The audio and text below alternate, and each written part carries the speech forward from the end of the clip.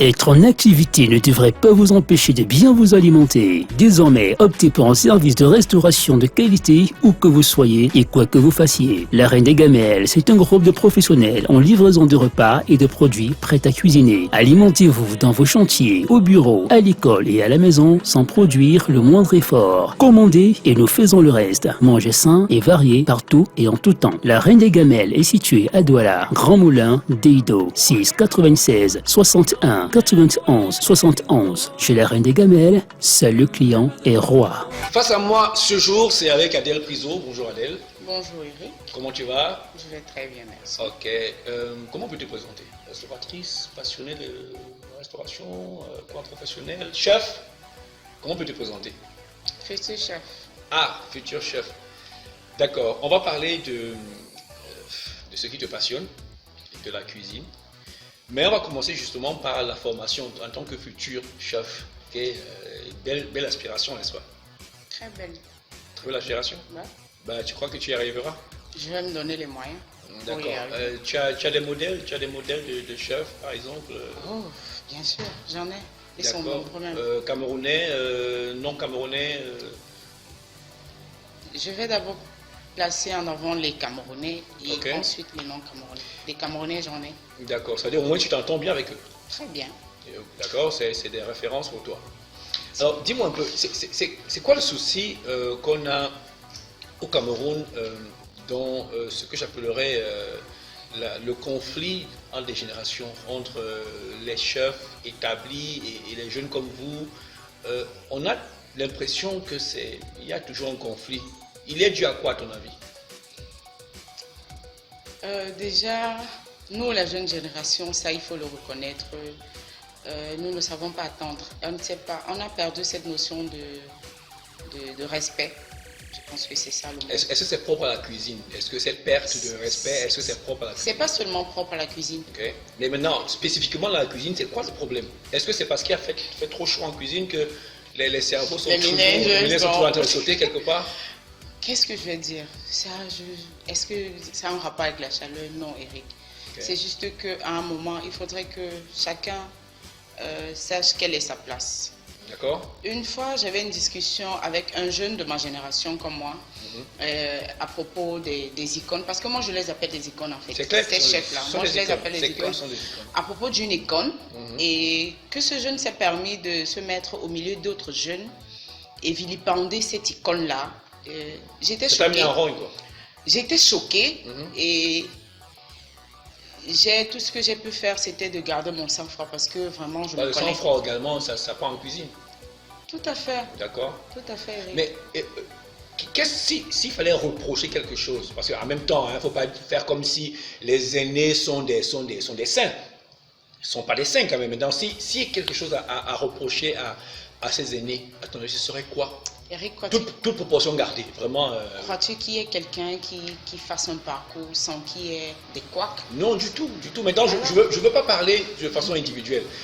Prenons en général, s'il fallait dire quelque chose aux aînés, pour aussi atténuer cette constante bagarre entre les générations, ce serait quoi? Qu'est-ce qu'ils devraient faire? C'est de tendre plus la main aux plus jeunes. Ok, parce qu'ils sont absents quand même. Est-ce que tu penses qu'ils sont absents? Je pense, dans certains domaines. Okay. Par exemple, ceux qui ont eu la chance d'aller ailleurs, dans d'autres pays plus développés que le nôtre. Ceux de la diaspora. Ceux de la diaspora, okay. Bien sûr. Et on dit bonjour à tous ces grands chefs de là-bas. Un grand respect à tous. Et nous savons très bien que de ce côté-là, moi je vais parler essentiellement de notre métier, qui est celui de la cuisine. Uniquement. Là-bas, on sait que c'est plus, comment je vais dire ça? Plus intense. Plus intense, des choses vont très vite, c'est-à-dire qu'on prend le temps de faire ci, ça. Tout est bien, voilà. Alors, ce que j'exhorterais, c'est que, de grâce, mes icônes à moi, lorsque vous êtes allé de l'autre côté, vous avez appris, c'est vrai que ce n'était pas facile pour vous et tout, et que vous avez réussi à acquérir une certaine expérience, revenez vers ici et faites quelque chose. Par exemple, mettez sur pied des écoles de formation, parce qu'il n'y en a pas chez nous. Ok. Je suis désolée de le dire. D'accord, Il n'y en a pas vraiment. Vas-y. Oui. Okay. Revenez, prenez-nous par la main. Il est vrai que nous sommes ce que nous sommes. Parfois, on se croit, on se dit que je vais pas accepter que tel, parce qu'il veut m'apprendre quelque chose, qu'il me traite n'importe comment, qu'il.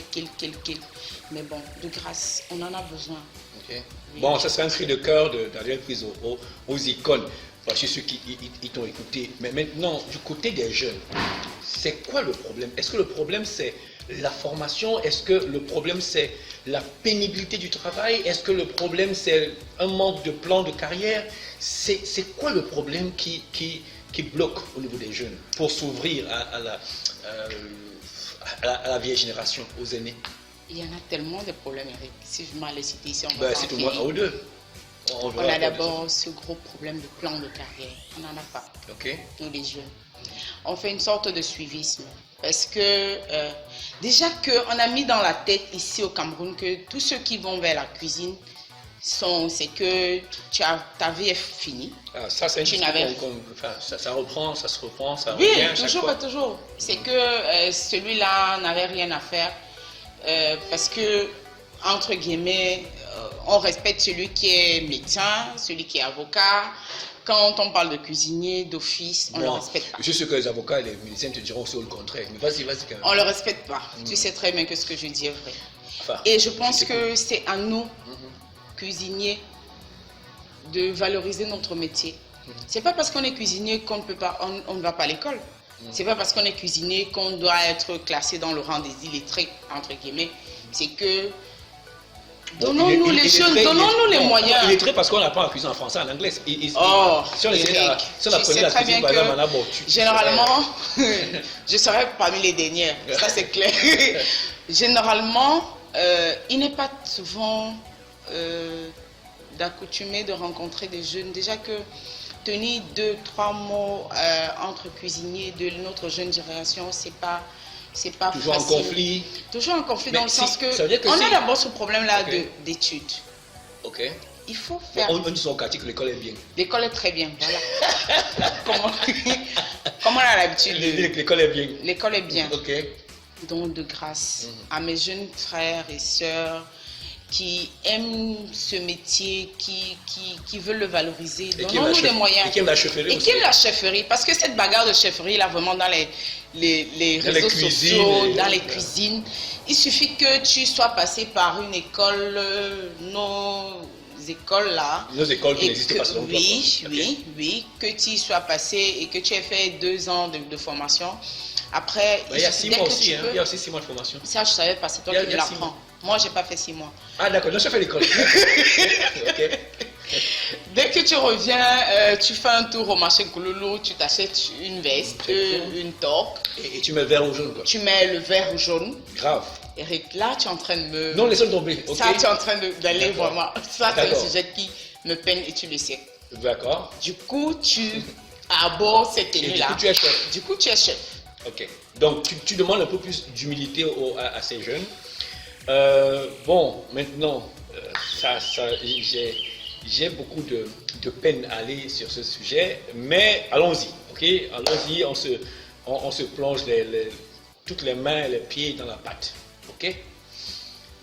Est-ce que tu crois qu'il est possible de réussir en cuisine professionnelle au Cameroun sans jamais voyager?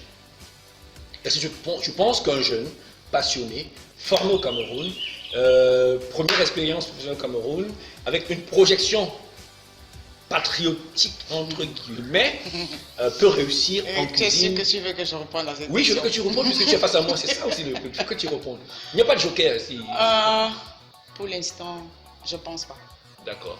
Je pense pas. Je te le dis du fond de mon cœur. D'accord, c'est-à-dire qu'en fait, tous les jeunes qui sont là, vendeurs, service traiteurs, c'est voient l'échec, quoi. À cœur ouvert, oui ou non? C'est voir l'échec. Oh, qu'est-ce que tu veux me faire dire devant les gens? Oui, tu dois dire. Donne ton avis, c'est oui ou non ou peut-être. Bon, je te donne. Il y a peut-être.